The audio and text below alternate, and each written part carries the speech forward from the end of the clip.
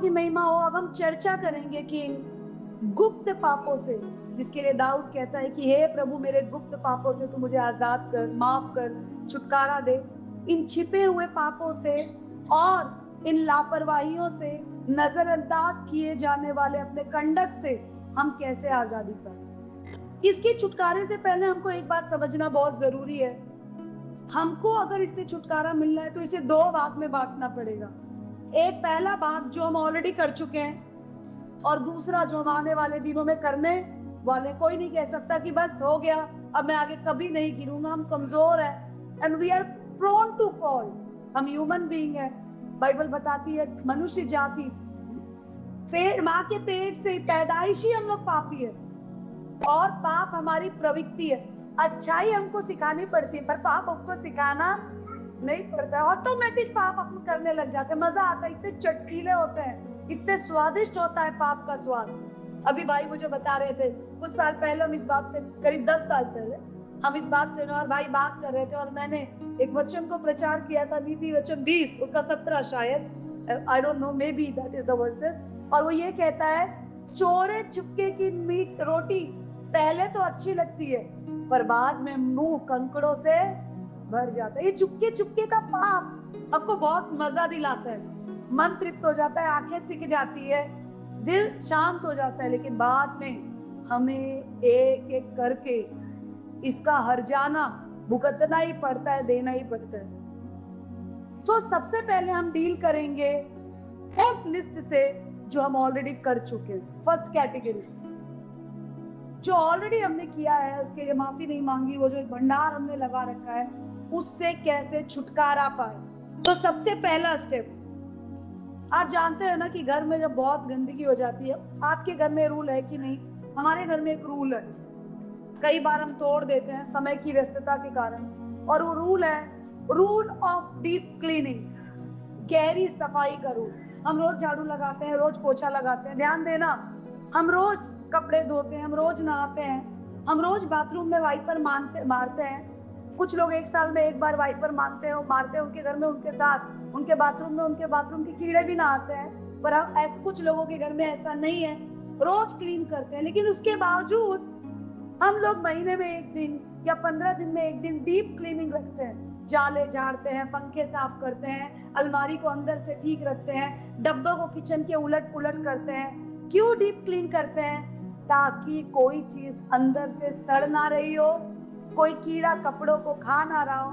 सही कह रहे हैं ना? कपड़ा को कीड़ा खा ना रहा हो, पंखा धीरे धीरे स्लो ना हो जाए, एसी का फिल्टर हम पानी से धोते हैं ताकि हवा आना बंद ना हो जाए।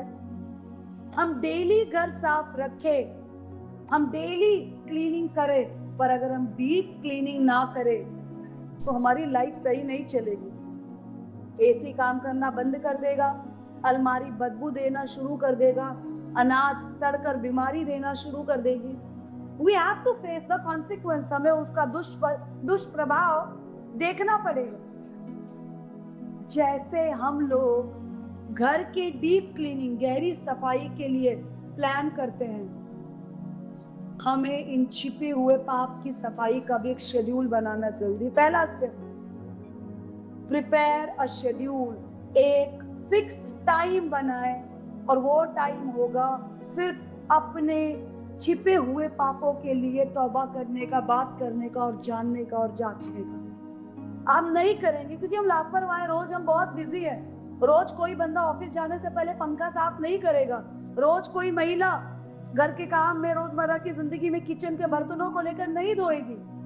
पर कभी कभी भी नहीं धोएंगे तो वो काई निकलती नहीं है, मैंने पहले ही छोड़ा, दाग छोड़ जाते हैं। तो आपके पास एक शेड्यूल होना चाहिए जिसमें आप वो सेशन रखें अपने साथ, किसी और के साथ नहीं, चर्च में नहीं, पर्सनल, मेरा टाइम। वो हफ्ते में एक दिन हो, 2 दिन में एक बार हो, रोज एक दिन का, रोज का 5 मिनट हो, ये 5 मिनट डीप क्लीनिंग का टाइम है। डीप क्लीनिंग, उसको सेशन को रख, नाम दे दो डीप क्लीनिंग स्पिरिट, अपनी आत्मा को साफ करने का टाइम। और चाहे कुछ भी हो जाए, शैतान नहीं चाहेगा कि आप उस टाइम बैठो, क्योंकि ये जो छिपे हुए पाप ही तो है शैतान का दरवाजा जिससे वो आपकी जिंदगी में घुसता है, वो तो नहीं चाहता है साफ हो गए, ये साफ हो गए, घर एकदम झाड़ा बुहारा हो गया, तो वो कुछ नहीं कर पाएगा, वो आप पे काबू कैसे पाएगा? वही तो है जिसको पकड़ के वो धीरे धीरे आपके ऊपर सीढ़ी बना के चढ़ता है। एक पाप उसकी एक सीढ़ी, दूसरा पाप उसकी दूसरी सीढ़ी। आप कुछ भी करना, बस एक मेहनत करना।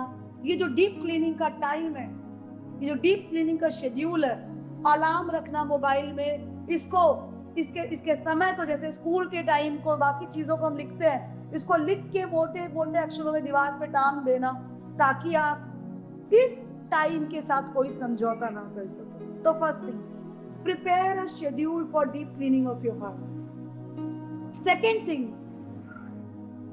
आज जब आपने सुना और आपको पता चला, तो पहले उन एरियाज को आइडेंटिफाई करें, पहचाने कि कहां कहां हमने ऐसा किया। जरूर आपको पता चला होगा सुनकर, उनकी लिस्ट बनाएं, और लिस्ट बनाने के बाद ध्यान दें, अब तक जो किया उसके लिए कहें, जरूर कहें मुंह से, प्रभु मैं इन सारे गलत कामों को आज अपने जिंदगी से दूर करता हूं। और मैंने कहा था शॉर्टकट नहीं मारना, एक एक बात के लिए याद करना और एक एक बात के लिए क्लेम करना। प्रभु तूने कहा पूरब से पश्चिम जितने दूर उतने मैं तेरे पापों को तुझसे दूर कर दूंगा। प्रभु मैं अपने जलन को, प्रभु मैंने अपनी बहन के साथ उस दिन ऐसा किया, प्रभु मैंने उसके लिए अपने मन में ये सोचा, प्रभु मैंने भी ऐसे गंदे कामों में एंजॉय किया, प्रभु मैं भी अपनी पत्नी के साथ होता था पर किसी और की कल्पना करता था, मैं अपने पति के साथ होती थी पर किसी और की कल्पना करती थी। प्रभु मैं दिखने में तो बड़ी भली दिख रही थी पर हमेशा मैं लालच मेरे खाने के अलावा और कहीं मेरा मन लगा ही नहीं। प्रभु मैंने नफरत की, प्रभु मैंने साजिश रची, प्रभु मैं कुड़कुड़ाई, प्रभु मैं मन में अनाज्ञाकारी बनी रही, भलाई कर सकती थी नहीं की। उनकी लिस्ट बनाए और एक एक को याद करके कहे मैं रिजेक्ट करता हूँ, मैं रिजेक्ट करता हूँ, मैं रिजेक्ट करता हूँ, मैं इसे भी रिजेक्ट करता हूँ, मैं उसे भी रिजेक्ट करता हूँ। ये है उनके लिए जो आप पिछले दिनों में ऑलरेडी कर चुके हैं। अगली लाइन जरूर बोले, क्योंकि अगर आप अगली लाइन के लिए कमिट नहीं करते तो शैतान वहां पे आपको पकड़ता है। और अगली लाइन ये है, आगे मैं ऐसा नहीं करना चाहता, आगे मैं ऐसा नहीं करना चाहता, मैं नहीं करूंगा। हम ये सब नहीं बोलते हैं, हम ढक्कन को खुला छोड़ देते हैं, हम डब्बे को खुला छोड़ देते हैं। चूहे भी खाते हैं, मक्खी भी खाती है, कॉकरोच भी आते हैं और हमारा खाना, हमारी जिंदगी तबाह हो जाती है। आपने अगर कोई काम शुरू किया है तो आत्मिक कामों में बहुत सतर्क रहे, क्योंकि हमारी लड़ाई मम्मी पापा भाई बहन पड़ोसी शरीर और लहू से नहीं, हमारी लड़ाई इन आसमानी अदृश्य ताकतों से है। आपको दिखता नहीं है, हर समय शैतान आपको नाश करने के लिए चीड़ने फाड़ने छेड़ने लूटने और घुस जाने के लिए तैयार बैठे। तो पहले इनके लिए एक शेड्यूल बनाए, अच्छे से जाने कौन कौन सी एरियाज आपकी जिंदगी में बहुत हैं जिनको आपने किया है। कहे कि प्रभु मैं इन्हें रिजेक्ट करता हूँ, उसके बाद कहे कि प्रभु अब मैं नहीं करूंगा, उसके बाद इनको करने के बाद प्रभु के वचनों को क्लेम करे। फिफ्थ एंड लास्ट स्टेप जो अब तक कर सकते हैं उसके लिए, जो अब तक कर चुके हैं पाप उसके लिए, मैंने कहा दो भाग में हम देखेंगे, पहला जो कर चुके हैं, दूसरा जो करने वाले। तो पहले भाग का आखिरी स्टेप ये है कि आप इस बात को प्रभु के सामने वचनों से कहे कि प्रभु तूने कहा था तू अपना बोझ मेरे पास ले आ, मैं तुझे विश्राम दूंगा। प्रभु ये मेरे पापों का बोझ मैं तुझे दे देता हूँ। तेरा वचन बताता है प्रभु कि मेरे लिए तू सूली पे मारा गया ताकि मैं आजाद हो जाऊं। प्रभु मैं आजादी को मांगता हूँ। ये सुनते हैं आप वचन, इन वचनों को क्लेम करें, वचनों को क्लेम करें, वचनों को क्लेम करें, क्योंकि वचन से ही शैतान को यीशु मसीह हरा पाया था। क्योंकि लिखा है, क्योंकि लिखा है, क्योंकि लिखा है मनुष्य केवल रोटी से नहीं प्रभु के वचन से जीवित रहता है। इसीलिए वचन सीखना जरूरी है। प्रभु से कहे लिखा है जवान शेरों को घटी होगी, तेरे दरवैयों को घटी नहीं होगी। लिखा है मैं तेरे पाप को तुझसे अलग कर दूंगा। लिखा है मैं तेरा छुड़ाने वाला तेरा पिता हूँ। वचनों को क्लेम करे, वचन आपको आजाद कर देंगे। तो ये वो है जो हम ऑलरेडी कर चुके हैं। अब आने वाले दिनों में हम ऐसी गलतियों में ना पड़े, उसके लिए हम क्या करें? क्या आप लोग नोट कर रहे हैं? That's wonderful। आने वाले दिनों में ऐसे छिपे हुए पापों में हम ना पड़े, उसका सबसे अच्छा रास्ता, एक समय आप बैठना इसके बाद और हर दिन आप एक चीज जानना, अब छिपे हुए पापों के लिए एक अलग सेशन अपने दिमाग में रखना, आपकी पर्सनल प्रेयर के बाद या टाइम पे। देखो यही आत्मिक कसरत, पौलुस कहता है ना, बहुत सारे सिद्ध लोग आत्मिक कसरत करते करते एकदम मजबूत हो गए। कसरत करने वाले जन का शरीर मजबूत होता है, आप समझ रहे हैं? वो आत्मिक कसरत हम नहीं करते, यही है वो आत्मिक कसरत। आत्मिक कसरत का मतलब प्रचार करना नहीं है, आत्मिक कसरत का मतलब गाने गाना नहीं। आप देखो इस सभा में हम 7 घंटे से बैठे हैं, हमने गिनती के गाने गाए। गाना गाने से प्रभु खुश नहीं होता। जब आप प्रभु के बारे में सोचेंगे, आत्मिक कसरत करेंगे, तो आप अपने ही जिंदगी के सुरों में खो जाएंगे। आपकी जिंदगी प्रभु के गीत गाएगी, जैसे दबोरा गा रही थी, जैसे मरियम गा रही थी। तो आगे आप ये काम ना कर सके, उसके लिए पहला स्टेप, अच्छे से मनन करें और जांचे कि कौन कौन सी इनमें लिस्ट में कौन कौन सी ऐसी बात है जिसमें आप बार बार गिर जाते हैं। हो सकता है पक्षपात, हो सकता है कुड़कुड़ाहट, हो सकता है व्यभिचार, इसमें से कुछ है। हम लोग ऑलमोस्ट सब में हैं, पर कुछ ऐसे हैं जिसमें हम बार बार गिरते हैं, फिर प्रार्थना करते हैं, फिर गिरते हैं, फिर प्रार्थना करते हैं, फिर गिरते हैं। आप उन स्पेशल पाप की, उन स्पेशल गुप्त कामों की आत्मिक आलस हम बार बार कर देते हैं। भलाई करने का मन तो करता है, पर बार बार हम रुक जाते हैं। बहुत सारी चीजें आपने लिखी होगी, I am not going to disclose, और आप जब मनन करेंगे तो और प्रभु बताएगा जो छिपा हुआ है। आप उनकी एक स्पेशल लिस्ट बनाएं, उसके बाद उन स्पेशल लिस्ट को अपने, मैंने कल कहा था ना डेली प्रेयर, याद है? कल के सेशन में मैंने कहा था डेली प्रेयर कैसी करनी है, शॉर्ट में नहीं मारना, एक एक प्रॉब्लम को समर्पित करना। इस लिस्ट को अपनी उस प्रेयर लिस्ट में जोड़ दें। ये आपकी अर्जेंट प्रेयर है। नाम ले लेकर एक एक गुप्त पापों का रोज समर्पित करें। यीशु मसीह, मैं ये भी समर्पित करती हूँ। आज मैंने फिर अपनी बहन को जज किया, प्रभु मैं ये भी समर्पित करती हूँ। आज फिर मैं तेरे दास की कुड़कुड़ाई, प्रभु मैं ये भी समर्पित करती हूँ। इन अर्जेंट और बार बार गिरने वाले कामों की लिस्ट बनाए और इनके लिए अलग से अर्जेंट कॉज, अर्जेंट लिस्ट समझ के इनके लिए प्रे करें। आप इन्हें अर्जेंट नहीं समझेंगे तो शैतान इन्हें फट से पकड़ेगा। समझ गए? सेकेंड स्टेप, जो आने वाली चीजें हैं उनके लिए हम मेडिटेट करें, एक लिस्ट बनाएं, और लिस्ट बनाने के बाद देखें कौन कौन सी चीजें बार बार हो रही है, उसको अर्जेंट प्रेयर लिस्ट में कन्वर्ट करें और उनके लिए प्रार्थना करें। तीसरी चीज, 2 हो गया, तीसरा स्टेप। उसके बाद प्रभु से कहे कि प्रभु तू मदद कर कि मैं बार बार इसमें ना गिरूं। हर वो सिचुएशन, आपको पता है कौन सी सिचुएशन में आप बार बार उस टेंशन में आ जाते हैं। ऐसी बातें, आपको लगता है कि इंस्टाग्राम आपको व्यभिचार पे डाल देता है, मैं आपको बता रही हूँ। आपको लगता है फोन आपका बहुत शॉर्ट वीडियोस बहुत टाइम ले रहा है, प्रभु से छोटा सा वादा करें, 1 हफ्ते में नहीं देखूंगी।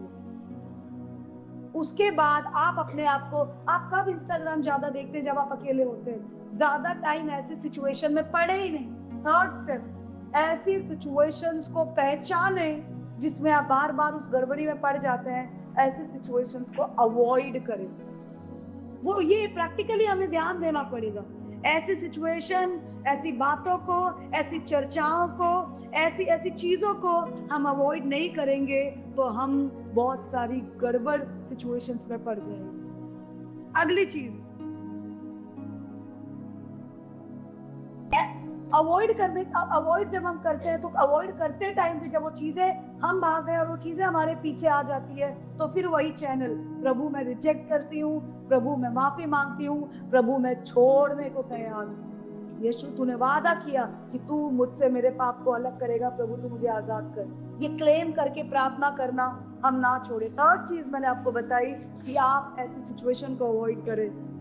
फोर्थ और सबसे important, one of the most important,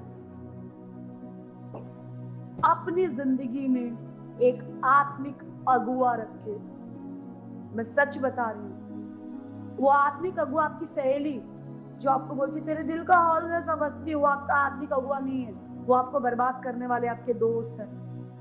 आपका जो भी बहन भाई आपके गलत कामों में हाँ भर रहा है, पहले तो इस डाउट को क्लियर करे, वो आपका दोस्त है ही नहीं।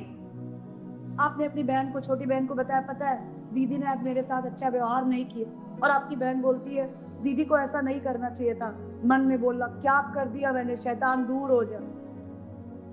जो भी आपको कलीसिया से, प्यार से, पवित्रता से, भलाई से अलग करने के लिए हाँ में हाँ मिलाता है, वो आपका है ही नहीं।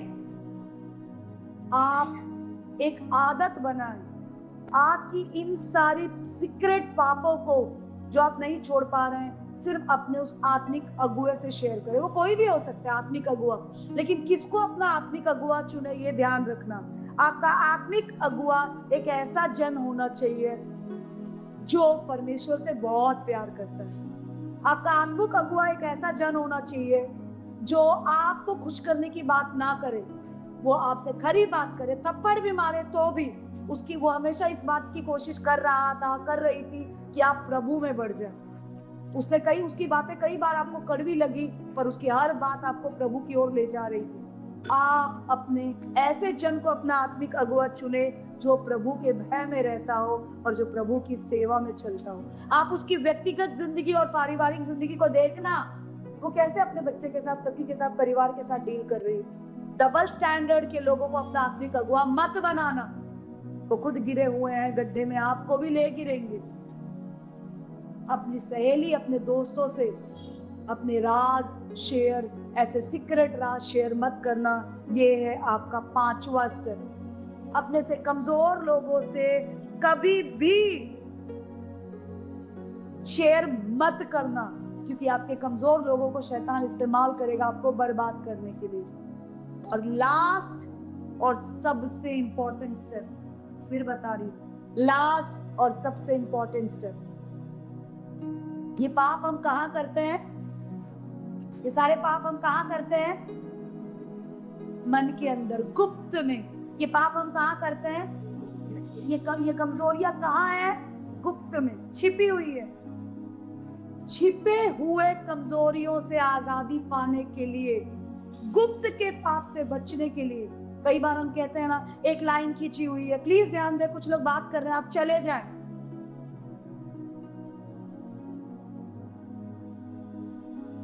आपको कोई वचन भी नहीं बदल सकता, क्योंकि आप बदलने के लिए आए ही नहीं है। जोक नहीं कर रही हूं मैं, बहुत सीरियस मैटर है ये। आपकी जिंदगी ये बता रही है कि आप बर्बाद हो रहे हैं, उसके बाद भी आपको मस्ती और जोक लग रहा है ये सारा सेशन।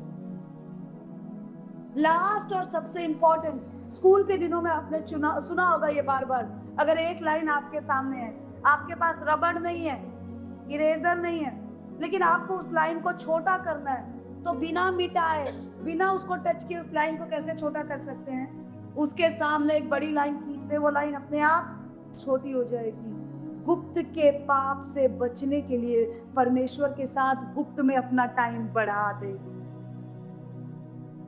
हमारा सीक्रेट टाइम, पर्सनल टाइम, ये पाप एक पर्सनल पाप है। पर्सनल पाप से बचने के लिए पर्सनल स्पिरिचुअल टाइम, पर्सनल आत्मिक टाइम को बढ़ा दे। ये पाप में पूरा दिन हम इंस्टाग्राम में आधा घंटा अगर देकर फालतू के कामों में लगे हैं, तो मैं आपको बता रही हूँ, प्रभु के साथ कम से कम 4 घंटा दे दो, तब जाकर आपको हिम्मत मिलेगी इससे बाहर निकलने की। गुप्त के पाप फुल फ्लेज में चल रहे हैं, और गुप्त के परमेश्वर के साथ कोई बातचीत ही नहीं है। इस लाइन को छोटा करना है तो बड़ी लाइन खींचनी ही पड़ेगी। अगर अजीजों ये स्टेप्स आप अपनी जिंदगी में अपना पाए, इतना वक्त नहीं है अभी कि मैं आपको बाइबल से एक एग्जाम्पल दूं कि कैसे प्रभु के जनों ने अपने इन चीजों से छुटकारा पाया। एक्सेप्ट वन कि यीशु मसीह ने शैतान को वचनों के जरिए हराया। एक्सेप्ट वन कि यीशु मसीह इसलिए मजबूत था, दाऊद इसलिए मजबूत था, दानियल इसलिए कुड़कुड़ाया नहीं, जला नहीं, राजा के सामने घुटने नहीं टेके, यूसुफ इसलिए अपनी मालिक की पत्नी के साथ नहीं सोया, क्योंकि इनका प्रभु के साथ गुप्त में एक बहुत अच्छा रिश्ता था। बाइबल बताती है यीशु जान देने तक विश्वास योग्य बना रहा, लेकिन जब हम यीशु की जिंदगी को देखें तो रोज सेवा करता, प्रचार करता। ये सेवा प्रचार गुप्त का टाइम नहीं है। हमें से बहुत लोग सोचते हैं आज मैं सेवा करते करते थक गया, अब मैं घर के कामों को देखूंगा। क्या जिसकी सेवा कर रहे हैं उसके साथ आप बैठे? यीशु मसीह के बारे में बाइबल बताती है रोज प्रचार करता, बीमारों को चंगा करता, भूखों को खिलाता, मुर्दों को जिंदा करता, और रोज वो अपने पिता के पास जैतून के पर्वत पे जाकर बैठता। पर्सनल टाइम के साथ नो कॉम्प्रोमाइज, व्यक्तिगत टाइम के साथ नो कॉम्प्रोमाइज।